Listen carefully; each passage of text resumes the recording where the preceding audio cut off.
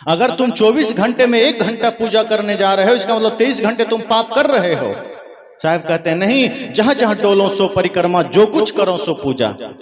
कहा जीवन में ऐसा कर्म धारण करो कि झाड़ू लगाओ तो पूजा हो जाए, शौचालय साफ करो तो पूजा हो जाए, दुकान पर बैठो तो पूजा हो जाए, शहर में कहीं भी दफ्तर में जाओ पूजा हो जाए, ऑफिस में जाओ तो पूजा हो जाए, नौकरी में जाओ तो पूजा हो जाए, भोजन बनाओ तो पूजा हो जाए। ये कौन सी पूजा है कि बाकी समय पाप करो, 1 घंटा प्रार्थना करो।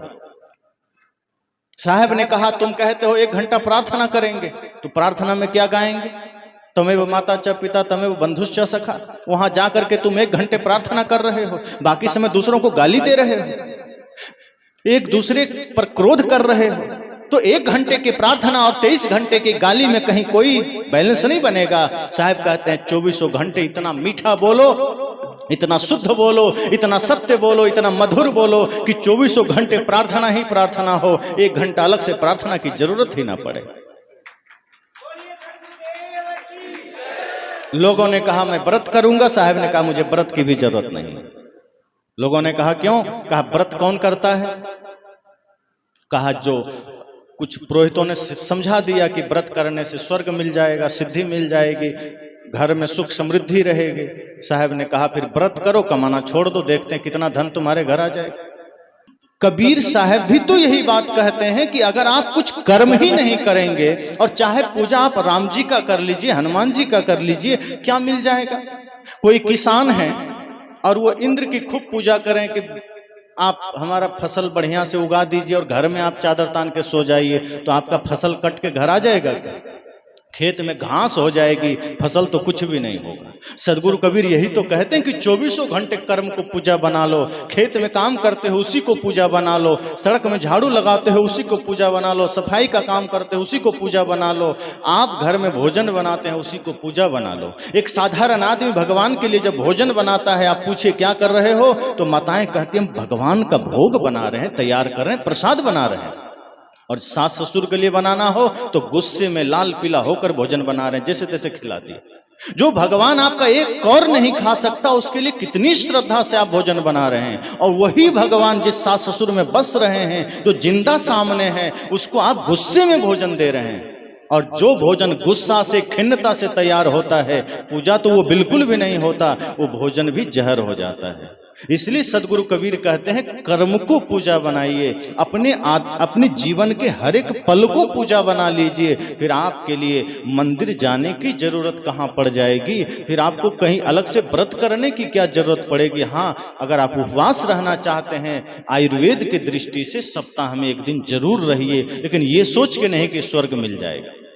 शरीर से विषाक्त तत्व बाहर आ जाएगा उपवास रहने से, और कुछ नहीं होगा, आप स्वस्थ रहेंगे। सप्ताह में 1 दिन उपवास रहना चाहिए, पर यह सोच कर नहीं कि इससे हमको मोक्ष मिल जाएगा। भोजन छोड़ देने से कहीं मोक्ष मिलता है?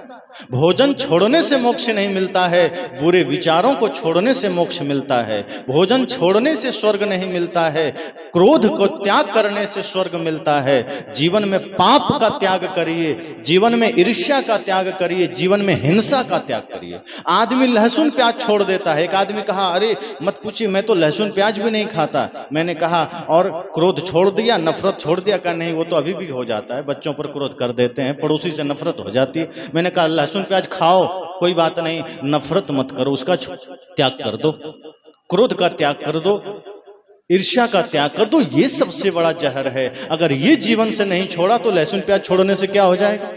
लहसुन प्याज तो जड़ी बूटी है, डॉक्टर भी कहते हैं कभी खा लो, उससे कोई अनर्थ नहीं हो जाएगा। साधक को मना है इसलिए कि थोड़ा सा वो ज्यादा गर्म होता है, तामसी होता है, बाकी उसका कोई नुकसान नहीं। जिसमें नुकसान है आदमी वो छोड़ता ही नहीं है। लहसुन प्याज छोड़ रहा है, कपड़े का त्याग कर रहा है, घर का त्याग कर रहा है, और जिन बुरे विचारों का त्याग करना था वो हम कभी जीवन भर नहीं करते। जिस क्रोध का त्याग करना था उसका त्याग नहीं करते, जिस अहंकार का त्याग करना था उसका त्याग नहीं करते। सदगुरु कबीर कहते हैं अपने मन को विकारों से मुक्त कर लो, आपका घर ही मंदिर है, आपका जीवन ही मंदिर है, आपका हर दिन व्रत है, हर दिन पूजा है। सदगुरु कबीर कितना सरल रास्ता बताते हैं। सदगुरु कबीर कहते हैं कि तुम मंदिर में जाके भगवान को देखते हो, वहां जाकर के लगता है तुम भगवान के पास आ गए, और सब घट मेरो साइया ये भाव खो गया। जेते औरत मर्द उपाने सो सब रूप तुम्हारा, ये भाव खो गया। गीता में श्री कृष्ण भी तो अर्जुन से कहते हैं। अर्जुन ने कहा भगवान आप ईश्वर शब्द की बड़ी चर्चा कर रहे हैं, ईश्वर क्या है? श्री कृष्ण ने कहा जिसमें सभी ऐश्वर्य निवास करता है वो ईश्वर है। तो अर्जुन का दूसरा प्रश्न हुआ कि वो रहता कहाँ है?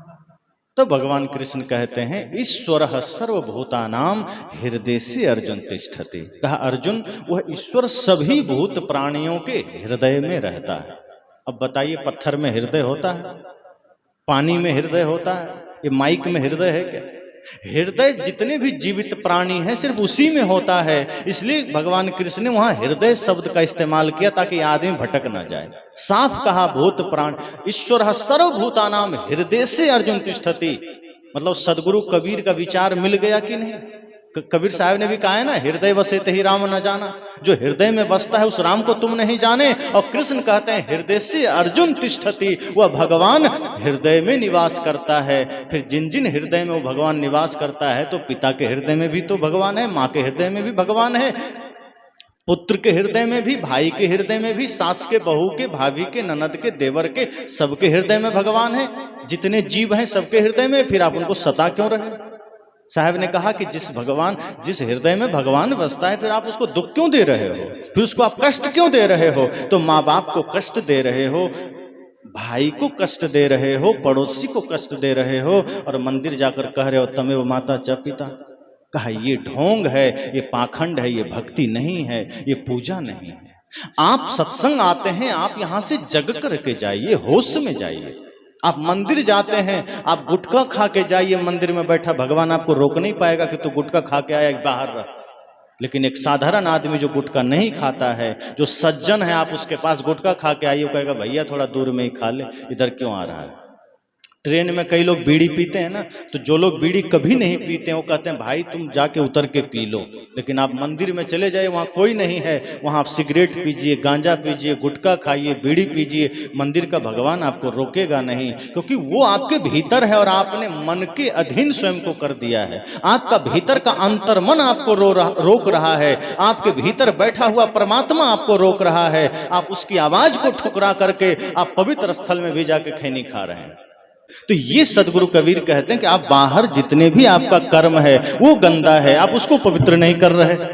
मंदिर की यात्रा कर रहे हैं, ध्यान कर रहे हैं, प्रार्थना कर रहे हैं, भोग लगा रहे हैं, कभी द्वारिका जा रहे हैं, कभी केदार जा रहे हैं, बद्री जा रहे हैं, गंगा सागर जा रहे हैं, रामेश्वरम जा रहे हैं, जगन्नाथपुरी जा रहे हैं, आप बगल में उज्जैन जा रहे हैं, नासिक जा रहे हैं, हरिद्वार, प्रयाग, सब जगह जा रहे हैं और बुरे विचार छोड़ ही नहीं रहे, बुरे कर्म छोड़ ही नहीं रहे। सारा तीर्थ बर्बाद हो गया। तीर्थ गए 3 जन चित चंचल मन चोर, एको पाप न काटिया लादिन मन 10 और। साहब ने कहा कि ये मन आदमी गया तीर्थ करने, पाप तो छोड़ा नहीं, विकार छोड़ा नहीं, उधर से 10 मन पाप और लाद के आ गया। यही तो हम करते हैं। बहुत से लोग सत्संग में जाते हैं, देखते हैं किसका चप्पल नया है, बस अपना पुराना छोड़ा, नया पहन के चल दिया। बहुत लोग इसी भाव से आते हैं। कई लोग ऐसे हैं जिनको साल में अगर 4-5 सत्संग मिल गया तो उसका जूता चप्पल कभी पुराना नहीं होता, वो बदलते रहता है। लोग आश्चर्य में कि कहां से नया लाता है, और वो बेचारा सत्संग में आके, तो कई बार ये सत्संग जूता परिवर्तन केंद्र भी हो जाता है, यहाँ जूता भी परिवर्तित किए जाते हैं। अब वो आदमी क्या मोक्ष पालेगा? अब वो भी मंदिर में जाके कर रहा है तमेव माता च पिता।